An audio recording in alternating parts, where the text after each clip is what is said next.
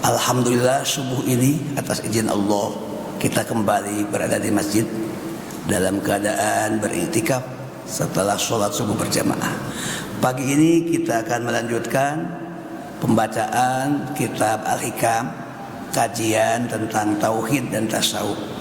Pagi ini masih menjelaskan tentang rahasia sholat. Saya akan bacakan. A'udzu billahi minasyaitonir rajim. Bismillahirrahmanirrahim. As-shalatu tukhratun lil qulub min adnasid dunub.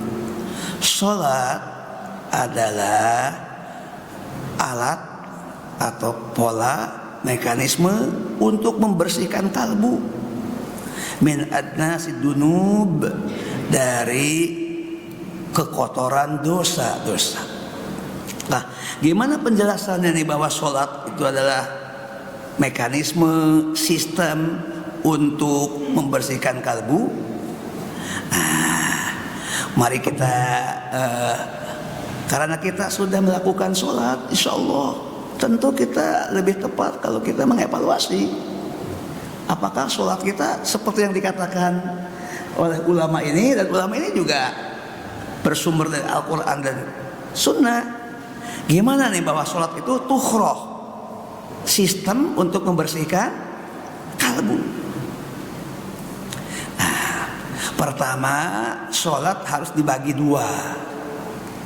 Ada bagian luar, ada bagian dalam. Itu dulu, luar, dalam. Bagian luar itu hanya ada dua, yaitu bacaan dan gerakan. Nah, bacaan dan gerakan sholat itu ikut Rasulullah Sallallahu Alaihi Wasallam. Jadi kalau sistem ini ingin bekerja, hasilnya kalbu kita bersih, maka bacaan dan gerakan sholat kita harus sesuai dengan masternya.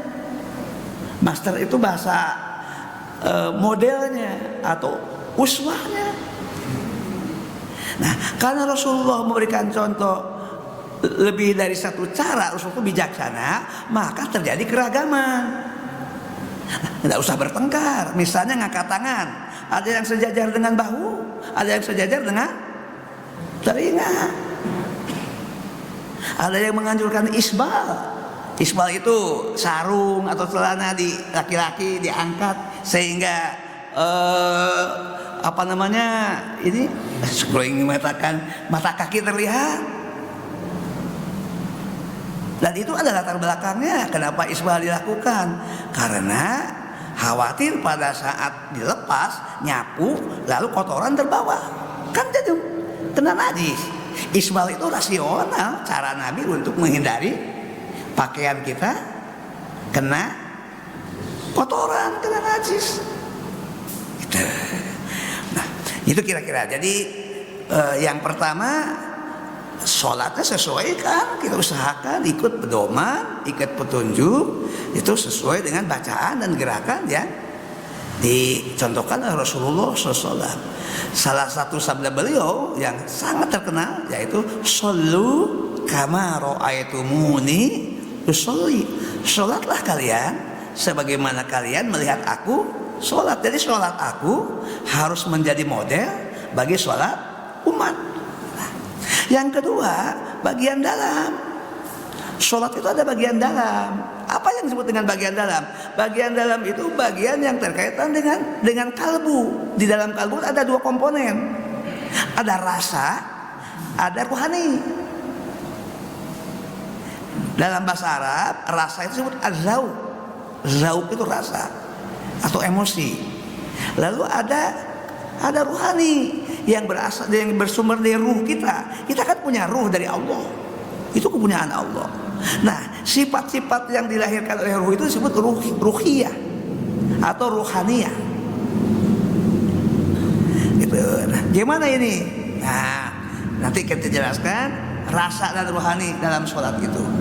Setidak-tidaknya para ulama berdasarkan ayat dan hadis menyimpulkan ada 5 aspek dalam sholat itu, yaitu menyangkut dengan rasa, yang menyangkut dengan rohani, yang berada dalam itu ada 5. Yang pertama, begitu kita mengangkat kedua tangan dalam takbiratul ihram, takbir. Nah, dalam takbir itu terpadu 3 hal: bacaan, yaitu Allahu Akbar, gerakan, ngangkat tangan. Nah, ini harus serasi bareng, simfoni, ngangkat tangan dan ucapan Allahu Akbar. Tapi ada sesuatu di hati, yaitu niat.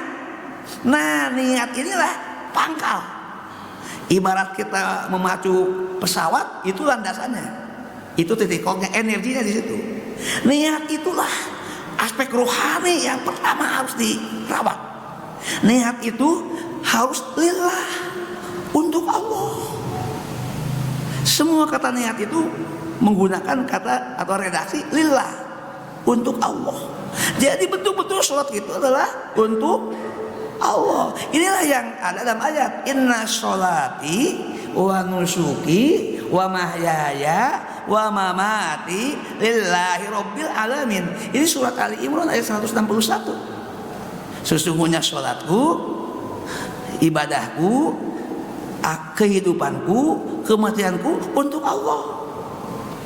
Nah, dari ayat inilah ditarik nomor 1 suasana aspek dalam itu, pangkalnya niat. Lalu Rasulullah memperkuat, innamal a'malu binniyat. Amal itu harus dilakukan dengan. Sekarang kita tahu bahwa aspek dalam itu pondasinya, landasannya, kayak kita bangunan ini ada pondasi, ada landasan, adalah niat. Niatnya harus lillah. Apa itu lillah? Untuk Allah. Nah, kalau diperdalam lagi, lillah ini adalah memang untuk Allah, oleh Allah. Jadi kita betul-betul harus dalam mengosongkan. Tidak ada yang milik kita, tidak ada yang hakikatnya dikembalikan kepada diri kita. Ini kan Allah. Jadi niat itu ditopang oleh sikap yang kosong dari ego, dari keakuan. Tidak memiliki betul lahiriahnya, ini adalah tubuhku, jiwaku, ruh aku. Tapi kalau ditelaah mendalam, tidak ada punya akunya. Tidak ada punya akunya. Punya akunya tidak ada.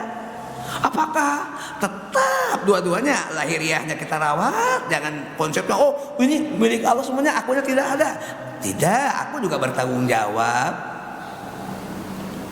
Aku juga menjadi personal, melahirkan personality, kepribadian.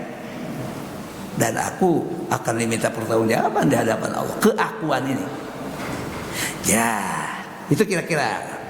Nah, gimana nih supaya lillah? Tentu lillah ini adalah untuk Allah, karena Allah, oleh Allah, mengharap ridho Allah. Tapi lillah, berdasarkan lillah inilah, pangkalnya lillah, maka aspek dalam sholat itu ada 5. Yang pertama, tawajuh. Apa itu tawajuh?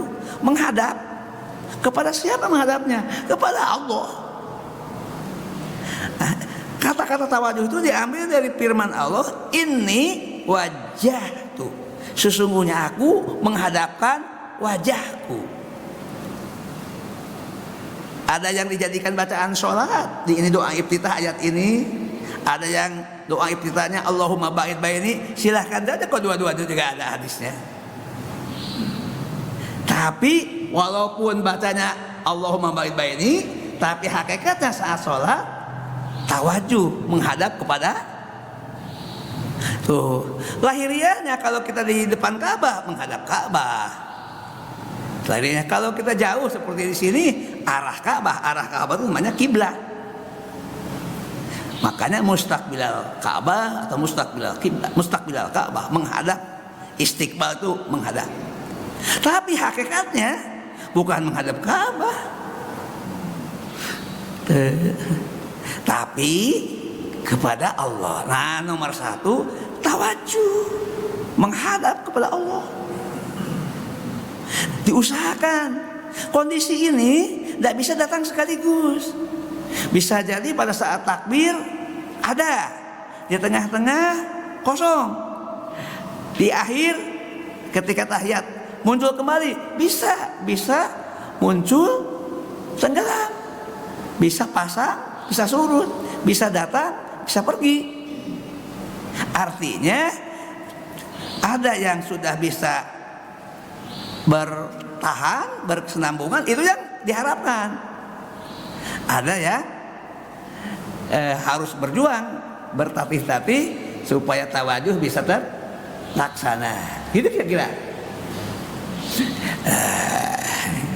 Yang kedua, setelah tawajuh, di tawajuh itu tadi perasaan, kerohanian kita kepada siapa maju? Kepada Allah. Siapa Allah?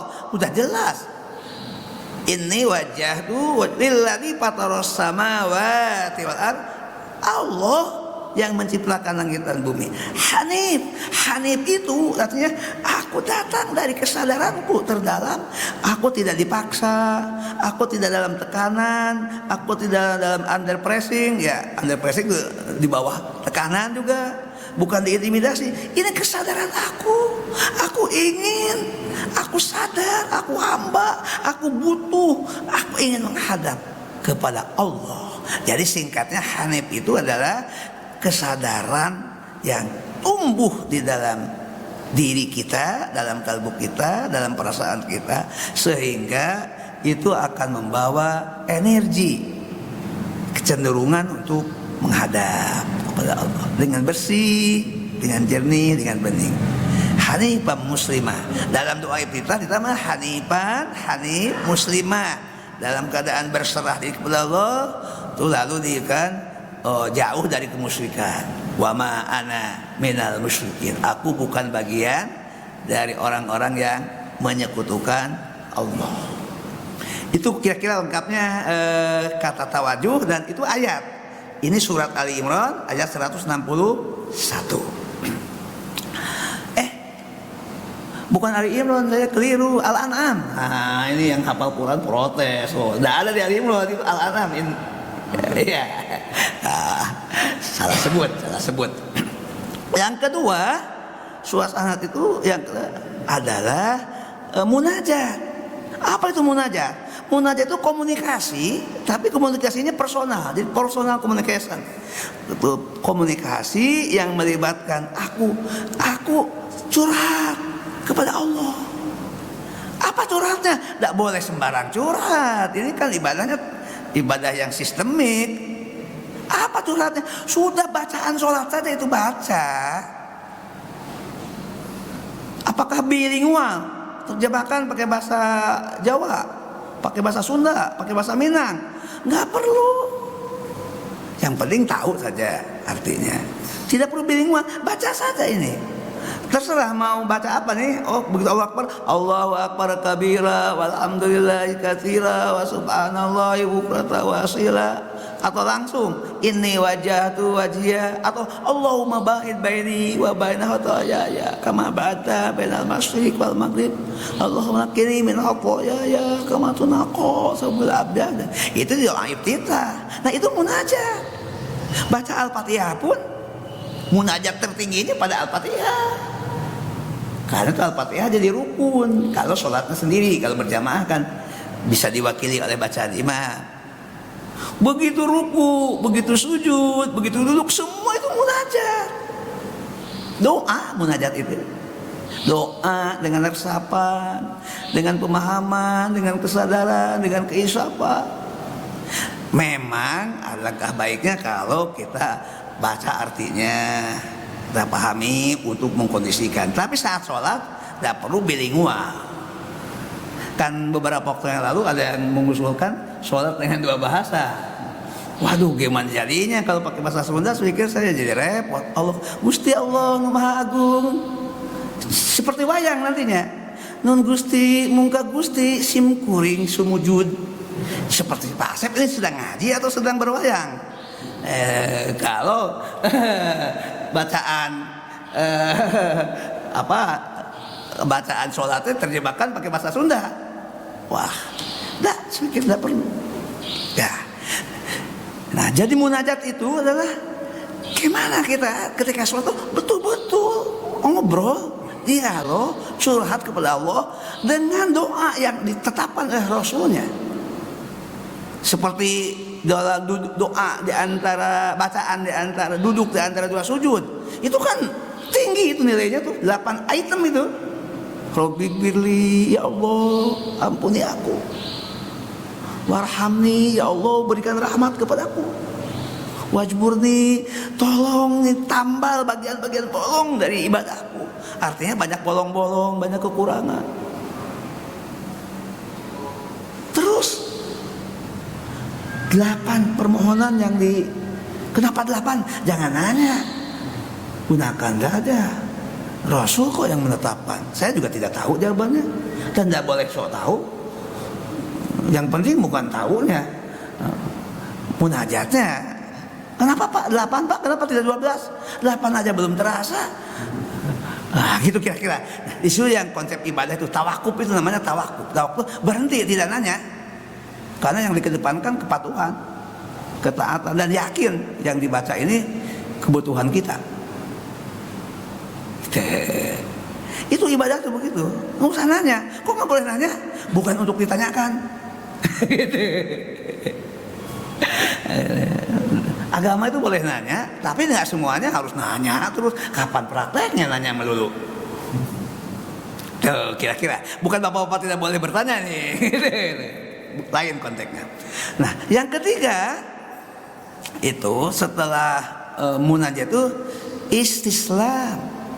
Dari kata aslama yuslimu, tapi ada penambahan huruf istaslama, berusaha semampu kita, karena kita juga ada keterbatasan, untuk berserah diri kepada Allah. Sholat itu ada poin penyerahan diri, ngangkat tangan, itu bentuk penyerahan diri. Dan di tempat lain ada loh budaya ngangkat tangan sebagai simbol penyerahan diri. Coba lihat prajurit. Ya, artinya bukan hanya sholat, ada budaya ngangkat tangan, tanda penyerahan. Ruku jelas penghormatan, tapi di balik penghormatan kepada Allah tadi itu ada nilai, ada sikap penyerahan. Mana yang tertinggi dari semua itu? Sujud. Sujud itu ibadah. Sujud itu hanya kepada Allah. Tapi sujud itu selain ibadah dan kepatuhan, ketundukan kepada Allah, di dalam sujud itu ada nilai yang harus dirasakan, penyerahan diri kepada Allah. Dilihat dari segi anatominya juga sesuai. Yang sebenarnya anatomi itu kaitan dengan tubuh kita. Tubuh kita ini oleh Al-Quran dikatakan bi ahsani taqwim. Anatominya terbaik. Kaki 2 walaupun kecil bisa menopang tubuh kita. Tubuh kita berapa sih? Saya mungkin sekitar 60-an, kilonya 62 atau 61 lah, kayak gitu berat badan saya. Bapak-bapak boleh mengukur sendiri-sendiri. Ada yang 70 mungkin, punten, ada yang kurang dari saya 50-an, terserah. Tapi itu seimbang, ditopang oleh 2 kaki itu. Yang tertinggi kepala. Di sini ada kepala, di sini ada pikiran, di sini ada akal. Itu tertinggi. Kepala itu di mana-mana paling atas. Kepala negara, paling tinggi dalam struktur kenegaraan kita, RI 1. Tapi siapapun orangnya, apalagi jabatan-jabatannya, dirinya, begitu sujud, yang tertinggi itu sekarang diletakkan paling bawah. Kepala jadi paling bawah. Coba lihat orang sujud, mana yang paling bawah ketika orang sujud? Nah, tuh karena itu dari sisi anatomi saja, darah-darah yang jarang naik ke bagian otak ketika sujud tuh mengalir, dan itu sehat. Karena itu ketika sujud, Rasulullah menyebutkan 1 + 7, 1 dahi, kena ke tempat sujud. Ditopang hidung, kena ke tempat sujud. Dua telapak tangan, lutut, jari jemari kaki, jangan begini gitu. Wah, dan posisi juga nggak begini, ini ibu-ibu enggak. Itulah yang disebut tadi gerakan yang diatur oleh Nabi itu. Tadi bagian pada gerakan, posisi itu. Nah, saat mengangkat tangan, takbiratul ihram, saat membaca bacaan, saat kita ruku, saat kita sujud dan seterusnya, di situ ada unsur penyerahan diri. Namanya persoalannya, apakah kita merasakan? Kalau sholat kita sholat patuk ayam, tercepat di dunia, kurang 4 rakaat kurang dari 3 menit, itu yakin perasaan itu tidak akan muncul. Kenapa? Terlampau cepat. Nanti kita akan atur. Nah, jadi perasaan itu tergantung apakah terasa atau tidak terasa. Apakah terasa sejak takbir sampai salam, atau kadang-kadang seperti lampu, kadang-kadang hidup, kadang-kadang mati. Nah, itu kita sendiri yang harus evaluasi. Yang keempat, aspek dalam itu adalah ada keikhlasan. Apa arti ikhlas? Ya, ini mengikuti perintah Allah dalam surat Al-Bayyinah, wa ma umiru illa liya'budullaha mukhlishina lahuddin.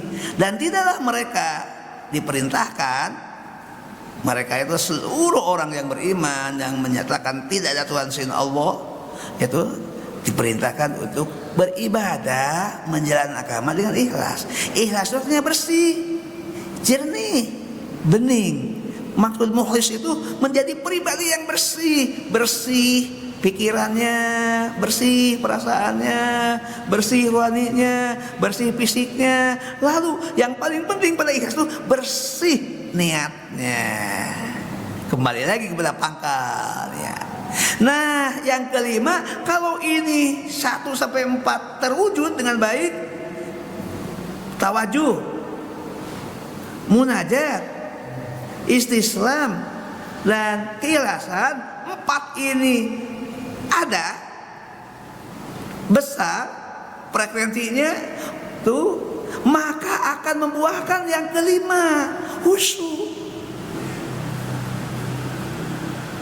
Khusyuk itu jangan disebut dalam Al-Quran, dan itu orang yang untung menurut Al-Quran. Qad aflahal mu'minun, beruntung orang-orang yang beriman kepada Allah.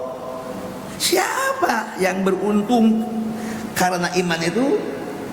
Alladzina hum fi sholatihim khashi'un, adalah mereka yang khusyuk di dalam sholat.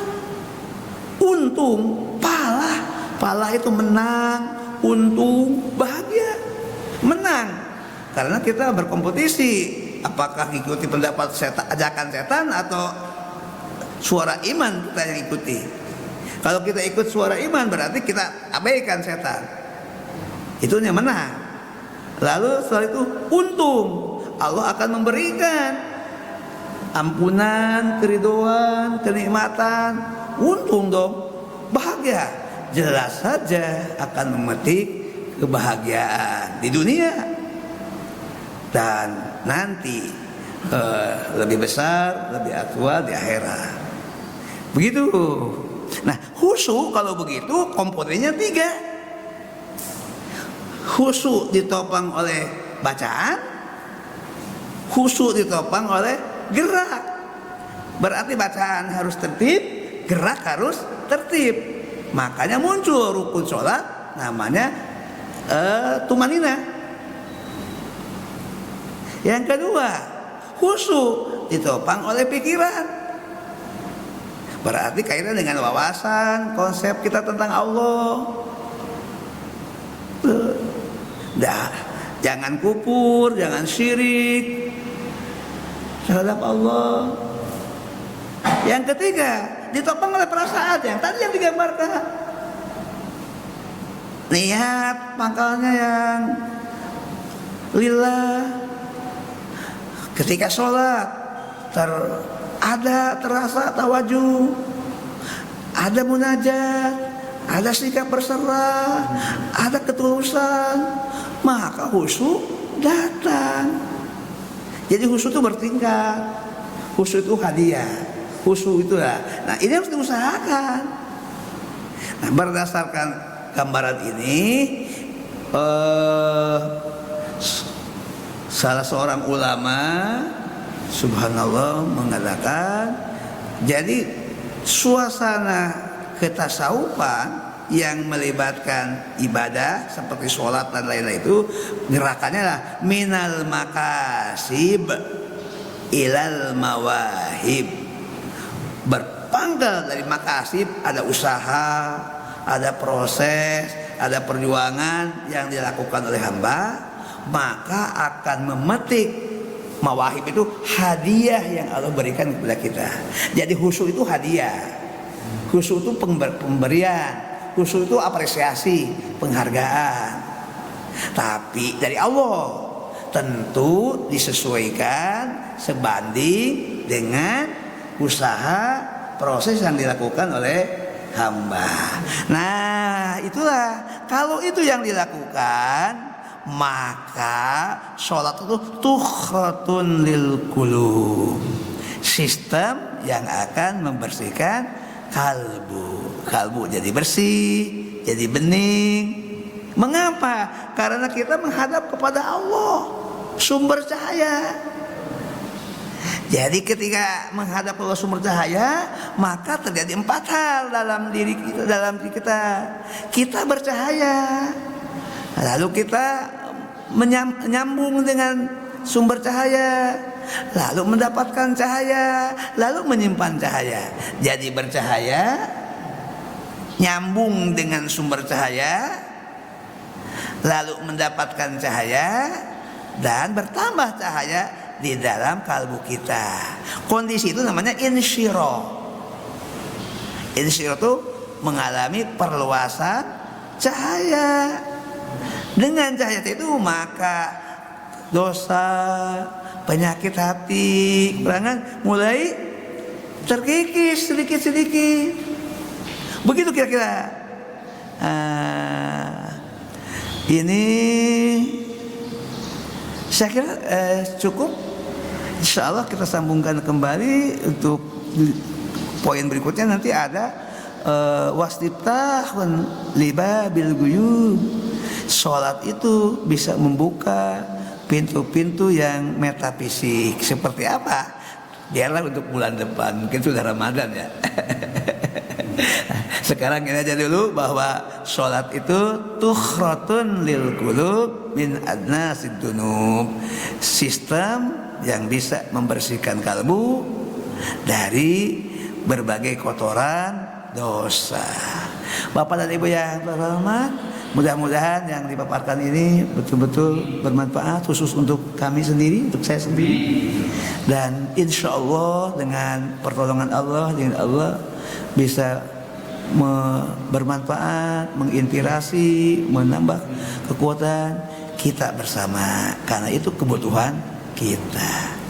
Sebelum kita akhiri, kita akan memasuki sesi kedua, yaitu dialog, tanya jawab atau interaksi. Silakan, siapa yang akan memulai? Baik Bapak, silakan Bapak. Assalamualaikum warahmatullahi wabarakatuh. Waalaikumsalam. Saya mohon izin untuk minum. Bismillahirrahmanirrahim. Tadi Prof sebutkan masalah ada khusyuk gitu ya. Khusyuk. Ya. Jadi itu sebuah hadiah, sebuah kinerja yang baik bagi saya. Itu kiat-kiatnya apa itu? Dari pengalaman Prof dari filosofi sholat. Saya juga belum khusyuk Bapak kalau itu. Kita berbagi. Baik Bapak, itu saja. Terima kasih. Terima kasih, ini sangat dibutuhkan. Saya juga terus membutuhkan. Begini Pak, jadi sesuaikan dengan hidup kita. Sholat sesuaikan dengan caranya gimana? Caranya ini kan kita 24 jam itu satu hari. Nah ini muter seperti jarum jam. Jadi kita menggunakan teori jarum jam atau pendekatan jarum jam, muter. Nah, di dalam 24 jam sehari semalam itu ada 5 titik konsultasi. Dan ini diterapkan oleh Allah melalui malaikat Jibril. Jibril yang datang kepada Rasulullah untuk menentukan waktu sholat. Jadi nggak sembarang. Ada 5 titik. Titik itu cara penyebutannya duhur, asar, maghrib, isya, subuh. Bukan subuh dulu menghitungnya itu. Sejarahnya itu duhur. Gitu. Jadi ini seperti 5 titik konsultasi kepada Allah. Gitu. Nah, tentu ini kan nyambung, Pak.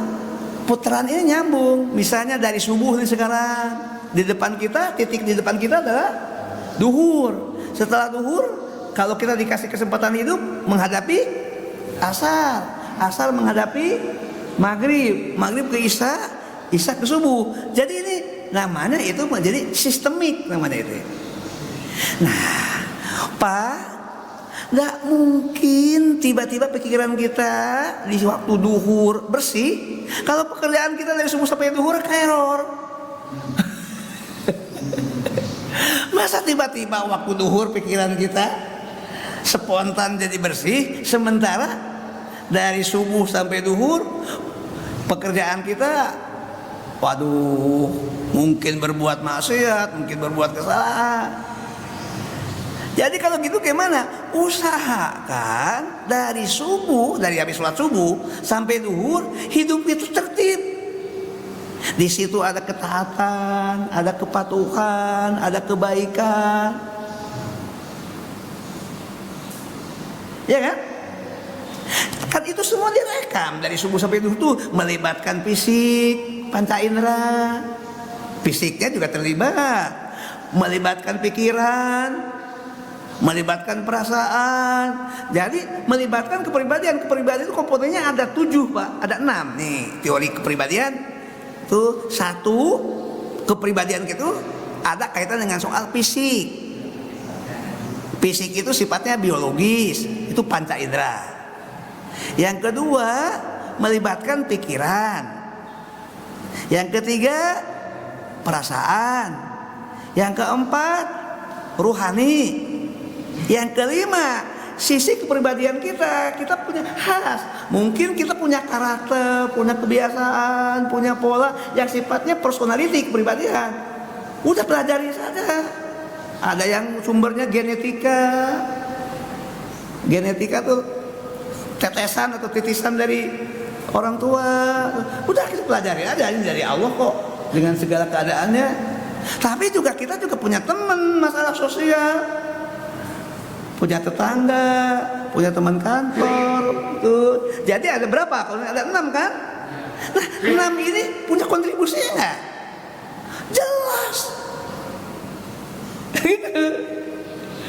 Dari subuh ini sampai duhur, kalau kita berhasil, relatif ini 60% baik, 70% baik dari subuh sampai duhur untuk 6 item kebutuhan fisik, makanan, minuman, pikiran, perasaan, rohani, kita bisa mengetahui kepribadian kita. Lalu kita dalam hidup bersama atau aspek sosial baik, begitu duhur, subhanallah, kondusif.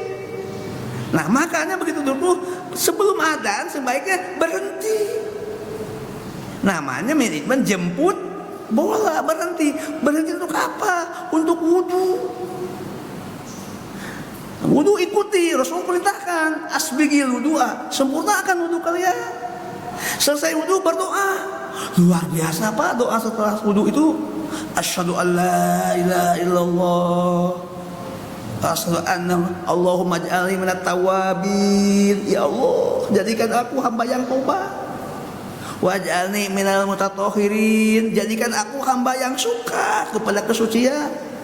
Waj'alni min ibadika sholihin, jadikan aku hamba yang soleh. Keren gak itu? Tobat, bersih, soleh. Itu caranya itu. Tobat untuk membersihkan. Bersih, hasil tobat jadi setelah tobat, setelah bersih jadi soleh. Dan soleh itu wa adilni bi rahmatika min fi ibadika sholihin, masukkan aku ke dalam kelompok soleh bukan karena aku baik dikatrol Pak, karena rahmatmu. Nggak apa-apa dikatrol sama Allah.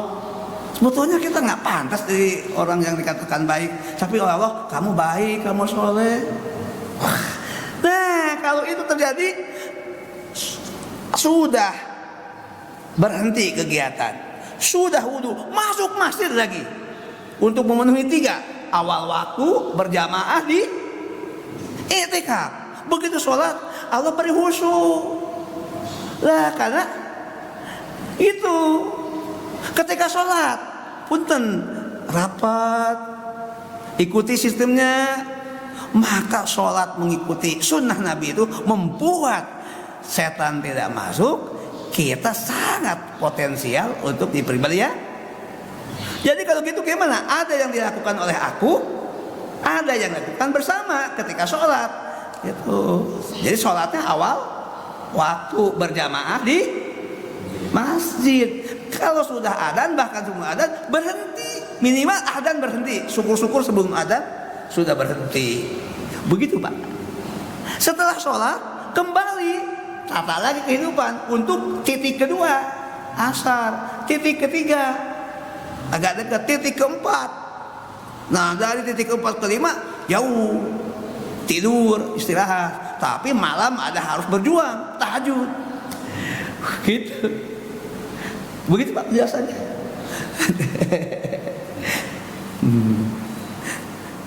Kalau ditanya kiat seperti itu. Oh tingkat keberhasilan saya tidak mengklaim. Kita sama-sama sedang berusaha, sedang berikhtiar. Begitu. Boleh yang lain silahkan. Kemana nih? Dari kiri saya ke kanan Bapak.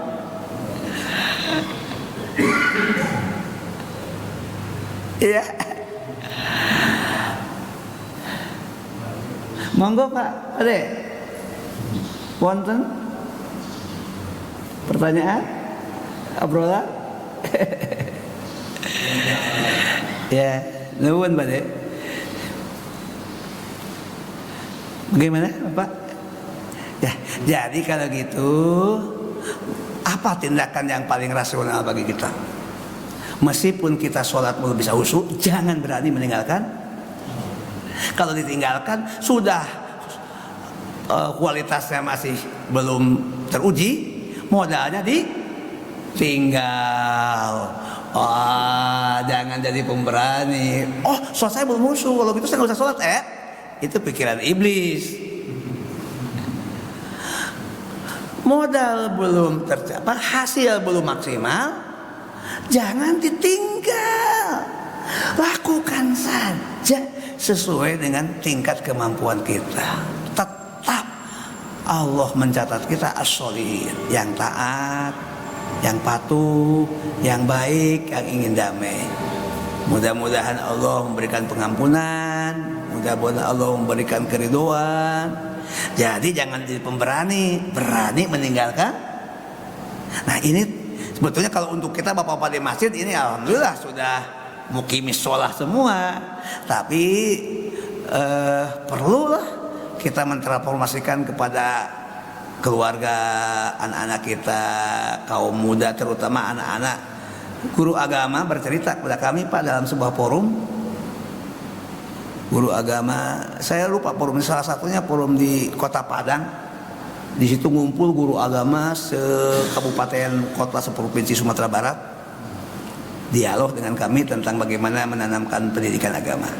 Apa yang terungkap? Pak, susah banget mendidik sholat anak-anak.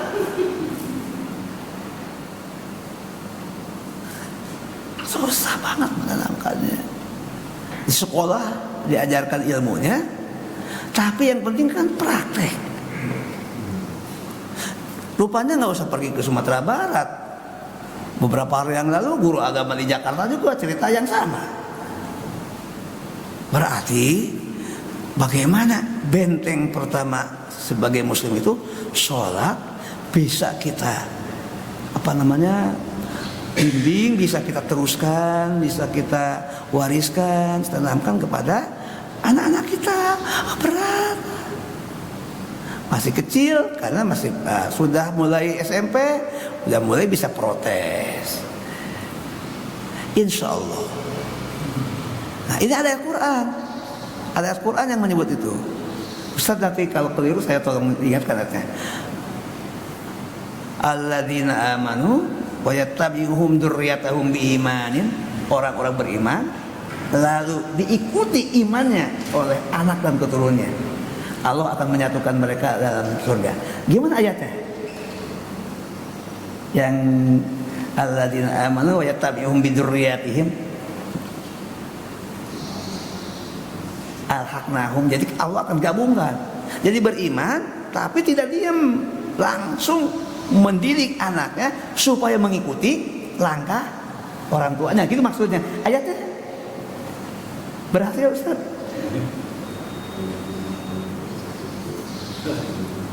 Coba kita.